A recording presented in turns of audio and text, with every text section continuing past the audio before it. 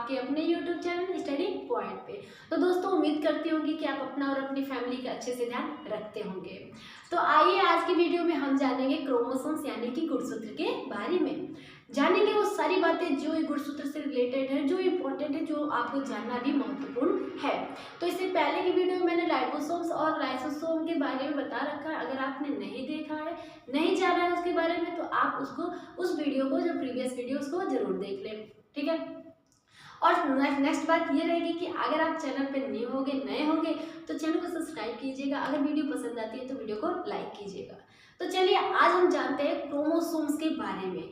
गुणसूत्र होता क्या है? देखिए, सबसे पहले बता दूं कि धरती पर बसते जितने भी लिविंग ऑर्गेनिज्म यानी कि सजीव जीव होते हैं, उन सभी का अपना एक निश्चित क्रोमोसोम्स होता है। यानी कि अगर ह्यूमन में 23 जोड़ी यानी कि 46 23 जोड़ी बोलेंगे, 23 जोड़ी क्रोमोसोम्स है, तो कोई भी ह्यूमन हो उसमें 23 जोड़ी ही होता है। अगर क्रोमोसोम्स का नंबर इंक्रीज यानी कि बढ़ जाए या क्रोमोसोम्स का नंबर कम हो जाए, जैसे कि अगर 46 होता है ह्यूमन में क्रोमोसोम्स, 23 46 होता है ना, 46 अगर क्रोमोसोम्स में से 45 हो गया या 47 हो गया, तो उस समय एक डिजीज होता है जिसे हम सिंड्रोम कहते हैं, ठीक है। सिंड्रोम क्या होता है मैम? सिंड्रोम एक ऐसी बीमारी है जो क्रोमोसोम्स के बढ़ जाने से या क्रोमोसोम्स नंबर के घट जाने से वो बीमारी होती है। वो आपका नेक्स्ट टॉपिक रहेगा, एक अलग सा टॉपिक रहेगा सिंड्रोम के बारे में, ठीक है। अभी बस आप इतना ही जानिए। अभी मैं बात करती हूँ क्रोमोसोम्स के बारे में। क्रोमोसोम्स का क्या काम होता है, क्या नहीं होता है, ये सब चीजें आपको मैं बताऊंगी। अगर मैं बात करूँ, धरती पे जो भी चीज़ दिख रहे हैं, यानी कि अगर ह्यूमन दिख रहे हैं, ह्यूमन के बच्चे ह्यूमन जैसे ही होते हैं ना, यानी कि अपने पेरेंट्स से मिलते जुलते हैं। आप किसी बच्चे को, आपका गांव घर का कोई बच्चा होता है, आप जाता है रास्ते में, आप नहीं जानते उसके पिता का नाम, मतलब उस लड़के को नहीं जानते हो, लेकिन आप उसको पहचान के अनुमान लगा सकते हो कि शायद तुम फलाना के लड़के लग रहे हो। यानी कि मतलब आप उनके पिता से मिले हो तो ऐसा देखने में लगता है ना कि हाँ ये उसका लड़का लग रहा है। तो क्रोमोसोम्स का काम ही तो यही होता है कि हमारे अंदर अनुवांशिक पदार्थ, जेनेटिक मटेरियल लाना। किसका जेनेटिक मटेरियल?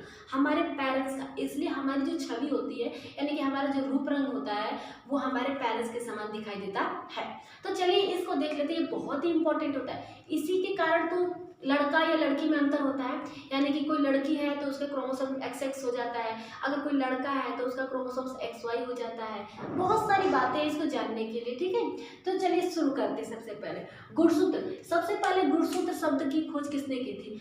1888 में वर्ल्डेयर ने। किसने की थी? वर्ल्डेयर ने। वर्ल्डेयर एक ऐसे साइंटिस्ट थे जिन्होंने सबसे पहले क्रोमोसोम शब्द की खोज की, ठीक है। नेक्स्ट पॉइंट, यह अनुवांशिक लक्षण। अनुवांशिक लक्षण की बात करूं मैं तो इंग्लिश में बात करूं तो जेनेटिक मटेरियल होता है। क्या होता है friends? Genetic material. Ma'am genetic material क्या होता है? जेनेटिक मटेरियल जो DNA वगैरह होते हैं, जीन्स होते हैं, यानी कि हमारे पेरेंट्स से, हमारे फादर से, हमारे मदर से, हमारे पेरेंट्स से हमारे अंदर लाते हैं। यानी कि जो क्रोमोसोम्स होता है उनसे उनके जो जेनेटिक मटेरियल होता है हमारे अंदर लाने का कार्य करते हैं। कौन करता है मैम? ये हमारा गुणसूत्र, उसी को अनुवांशिक लक्षण कहते हैं, ठीक है।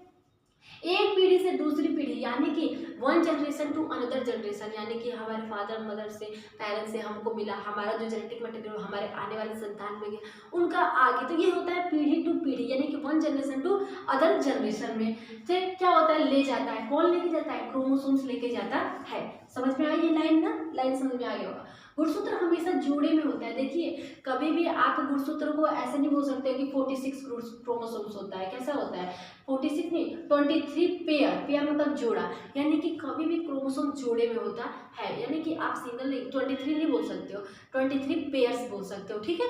नेक्स्ट पॉइंट, अगर मैं बात करूँ, किसी भी प्रजाति में गुणसूत्रों की संख्या निश्चित होती है। अब ऐसा नहीं है कि एक कुत्ता में गुणसूत्र है कितना, यहाँ पर कितना लिखे हुआ है 78 पेयर्स, तो दूसरे वाले में 76 होगा यानी कि 50 होगा, नहीं।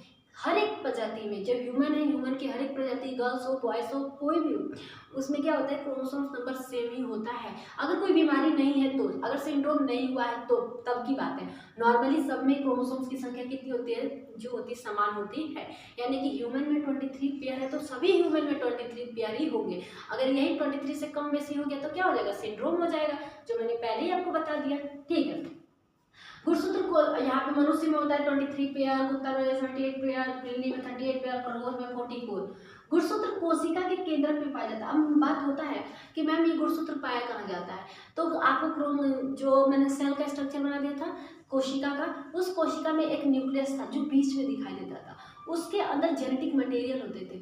ये क्रोमोसोम जेनेटिक मटेरियल ही तो है, वहीं पे तो ये प्रेजेंट होता है ये क्रोमोसोम्स। ठीक है, कहाँ पे प्रेजेंट होता है? केंद्रक, कोशिका के केंद्रक में, यानी कि जो सेंटर वाला पार्ट होता है उसमें क्या होता है, ये क्रोमोसोम्स, ये गुणसूत्र प्रेजेंट होता है। ठीक है, अगर मैं आगे बात करूँ किसका, तो यह कैसे, तो हम बात कर रहे थे कि जो गुणसूत्र केंद्रक में क्रोमेटिन धागे, देखिए यहाँ पे एक वर्ड छूट गया है, क्रोमेटिन होता है फ्रेंड्स, क्या होता है? क्रोमेटिन। अब मैम क्रोमेटिन क्या था, देखिए क्रोमेटिन जो धागे के रूप में होता है अगर क्रोमोसोम्स, देखिए कुछ यहाँ पे मैंने दो स्ट्रक्चर बनाया, अगर केवल सिंगल ऐसे आपको दिख रहा है कोशिका में तो वो क्रोमेटिन कहा जाएगा। जब डिवीजन होता है, जब सेल डिवीजन होता है तो ये ऐसा दिखता है तो उसे हम क्रोमोसोम्स कहते हैं। क्रोमोसोम्स कैसा होता है, कुछ इस प्रकार से दिखाई देता है, ये याद रखिएगा। क्रोमेटिन कैसा होता है, केवल सिंगल अगर होता है, देखिए जब ये पेयर में हो गया तो क्रोमोसोम, सिंगल में रहेगा तो क्रोमेटिन। समझ में आया कि नहीं आया? आ गया होगा। अब बात करते हैं कि गुणसूत्र कितने प्रकार के ह्यूमन बॉडी में होते हैं। ठीक है, तो गुणसूत्र दो होते हैं फ्रेंड्स, देखिए ऑटोसोम्स जिसे सोमैटिक सेल कहते हैं, ऑटोसोम्स कहते हैं, या एक सेक्स क्रोमोसोम्स होता है। सोमैटिक या ऑटोसोम कौन से होते हैं? 22वां जोड़ी गुणसूत्र जो हमारे शरीर में 23 जोड़ी है ना, तो 22वां जोड़ी गुणसूत्र क्या कहलाता है? क्या कहलाता है? ऑटोसोम कहलाता है, सोमैटिक सेल कहलाता है। इसका काम क्या होता है? ये हमारे रिप्रोडक्टिव पार्ट को छोड़कर, यानी कि मेल और फीमेल के रिप्रोडक्टिव पार्ट को छोड़कर जितना भी शरीर का अंग बना है ये 22वें जोड़ी क्रोमोसोम से ही बने हैं, जिसे हम ऑटोसोम या सोमैटिक सेल कहते हैं। आया कि नहीं समझ में आया? कौन सा मैं बोल रही, क्या बोल रही? सोमैटिक सेल किसे बोलेंगे? ऑटोसोम को कौन से कहते हैं? 22वें जोड़ी क्रोमोसोम्स को ऑटोसोम्स या सोमैटिक सेल बोलते हैं। और ये क्या करते हैं? ये पूरे शरीर का निर्माण करते हैं रिप्रोडक्टिव पार्ट को छोड़कर, जनन अंग को छोड़कर, रिप्रोडक्टिव मतलब जनन अंग को छोड़कर। जो नेक्स्ट होता है सेक्स क्रोमोसोम्स। सेक्स क्रोमोसोम लिंग निर्धारण करता है। लिंग का मतलब ही होता है रिप्रोडक्टिव पार्ट, यानी कि सेक्स क्रोमोसोम्स लिंग निर्धारण करता है, जैसे कि मेल का होना या फीमेल का होना। यानी कि अगर यही क्रोमोसोम्स अगर एक्स और एक्स हो गया तो ये क्या निर्धारण करता है? कौन सा लिंग बनेगा? फीमेल। अगर एक्स और वाई हो गया तो कौन सा लिंग बनेगा? मेल। यानी कि कौन सा सेक्स बनेगा? मेल और फीमेल। ठीक है, आपको पता चला कि सेक्स क्रोमोसोम्स क्या होते हैं? मेल फीमेल निर्धारण करते हैं। आई होप कि आपको इतना वीडियो में ये पार्ट बहुत ही मजा आएगा और आप लोगों ने बहुत कुछ सीखा होगा। ठीक है, चलिए मिलते हैं अपनी नेक्स्ट वीडियो में, तब तक के लिए बाय बाय, टाटा।